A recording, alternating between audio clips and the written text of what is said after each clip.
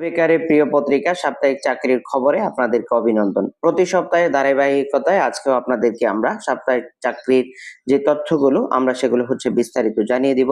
আমরা প্রথমে দেখতে পাচ্ছি বাংলাদেশ অভ্যন্তরীণ নৌ পরিবহন কর্তৃপক্ষে প্রায় 214 জন লোক নিয়োগ করা হবে, বিভিন্ন পদে লোক নিয়োগ করা হচ্ছে।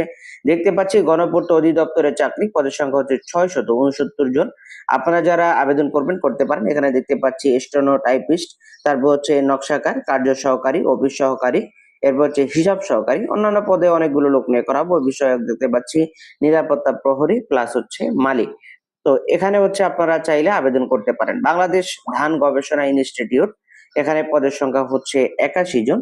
তো আপনারা যারা আবেদন করতে পারেন। এখানে এডিটর, প্রোগ্রামার, সাইন্টিফিক অফিসার এবং অন্যান্য পদে লোক নিয়োগ করা হচ্ছে। তো আমরা দেখতে পাচ্ছি সিভিল সার্জন লালমনিরহাট, এখানে 82 জন লোক নিয়োগ করা হবে। পরিসংখ্যান